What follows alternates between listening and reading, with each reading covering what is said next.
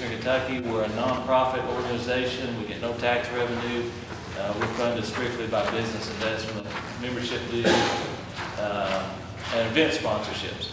We have about 23 members here in Lawrence County: Three Rivers Medical Center, People's Security Bank, Louisa Community Bank, the hotel, Gatesville State Park, the Tourism Commission. So the list goes on, McDonald's, and a few of the chain restaurants as well. So we've been talking across the state.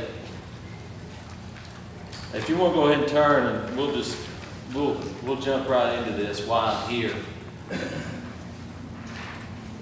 I came on at the Chamber about 3 years ago, and when I came on at the Chamber, we were the Pike County Chamber of Commerce. It was from one county, and we had an idea that we needed to work together as a region to create jobs, because that's what was happening across the state. So in having that thought process, we wanted to have that reaffirmed by a consultant to come in and look at the 8 counties that we were going to serve, and to analyze and see if economic development was happening and what was being involved, and what could the Chamber do to help supplement that, or how could we address that problem. You know, you guys have some mining here, but you're affected by it with the coal severance tax revenue that helps fund your government.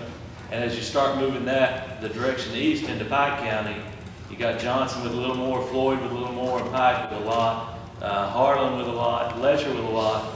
So as Eastern Kentucky as a whole, all the banks are concerned, everybody's concerned, because we know it's going to hit top to bottom, and everybody's going to be affected by it. And we're trying to figure out how do we diversify what's next, and who's responsible for doing that, who's accountable for it.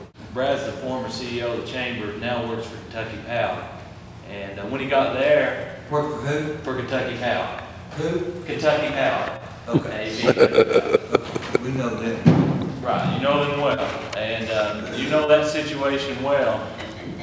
And they've got their challenges, and I completely understand that. But they are, in a roundabout way, we ended up getting the money. They funded the study to come into Eastern Kentucky and look and see what economic development opportunities were here, and they hired a consultant to come in. And they came and met with the stakeholders in the community a month or so ago. And I mean, they brought a 40-page document back that looked at each county, each property, and made assessments on all the opportunities and what we could do.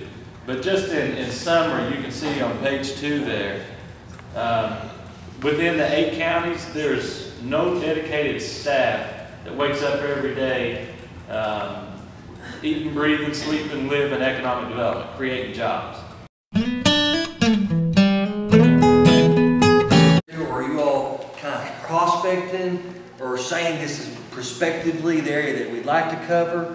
Who recognizes who at the Cabinet for Economic Development recognizes who is the agent to deal with them for Lawrence County? You all or us? Or are you asking us to designate you to be our agent? There's a lot of answers there I can give you. Right now, if you go to Lawrence County's website on thinkkentucky.com, Think Kentucky? Think Kentucky is the Cabinet's website. Okay. It probably has John listed as the point of contact, I would imagine. Usually, if you don't have any dedicated economic development staff, they put the judge executive. They've built a custom page for us that has all 8 counties that a company can go look at and get demographics, labor force, properties for our 8 counties, and I'm listed as a contact on that group. But if the judge decided he wanted to designate somebody here in Louisa to be the local economic development director, then Lawrence County would be carved out of Southeast? You can do both. Really, you need to do both. The idea that you would have somebody, a local contact, but also be part of a regional group. Okay.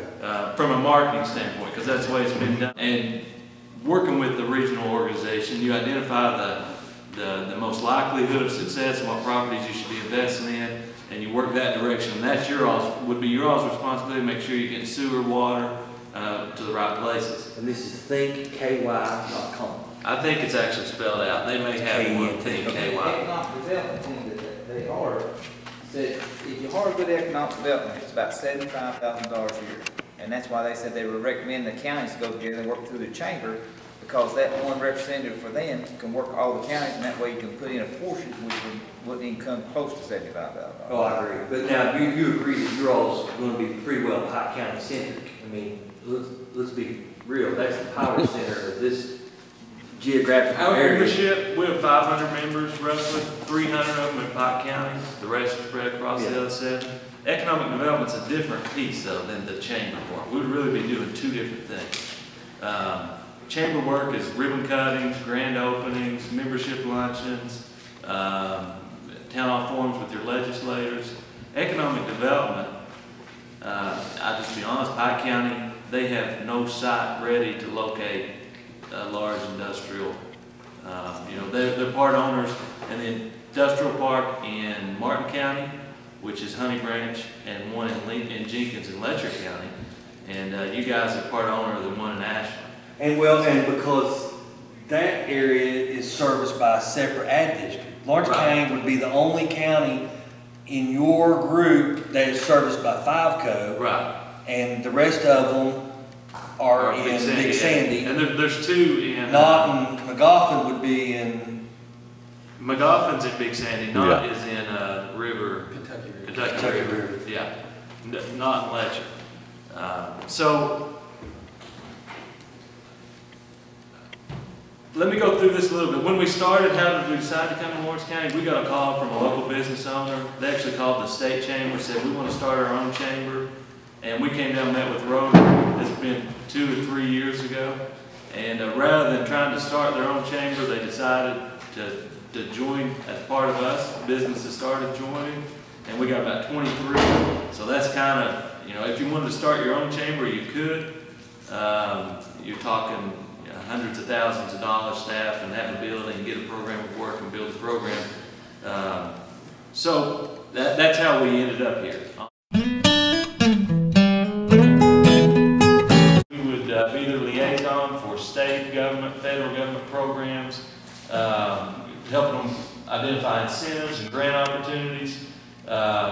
We would help in the strategic economic development planning efforts and visiting different company headquarters as they are here. Brown Foods is also a member. That's another big employer you have in the area. Business attraction services. We would help respond, coordinate site visits. If we have potential leads, we're going to be trying to develop our own leads for potential new companies in a diversified economy. We would help conduct that, consult with you on those issues. Website development, we're going to create a website, oneeastky.com. We've got a rough draft of one right now that's been on, it's part of our current chamber website, but we're working on building a completely new one that a company could get on and look, and it wouldn't see any boundaries. It would just see all the assets and properties that we have available, and have one source contact that would work through it. Eastern Kentucky to compete because we've never competed before in this type of environment. Economic development's a profession. It's professional people across the state. Other regions have professional people doing it. We've never had to do it before because we never had to go out and ask Alpha or Tico or any of those coal companies to come and mine coal. Well, as that's slowing down, we're having to compete with the same projects that the more urban areas are having to compete for. And to do that, you have to have an organization in place to be able to handle it. So the big question is, how do we fund it? They recommended a budget for just the ED organization of about $700,000. They recommended private-public partnership, part of it funded by private industry, part of it funded by multi-county coal savings grant. I've been in the region long enough and involved in politics long enough to know that that is a fight that I don't know that we could win, although I personally believe there's no better investment for those dollars than to be in regional economic development. We're going to try to fund it ourselves through private industry.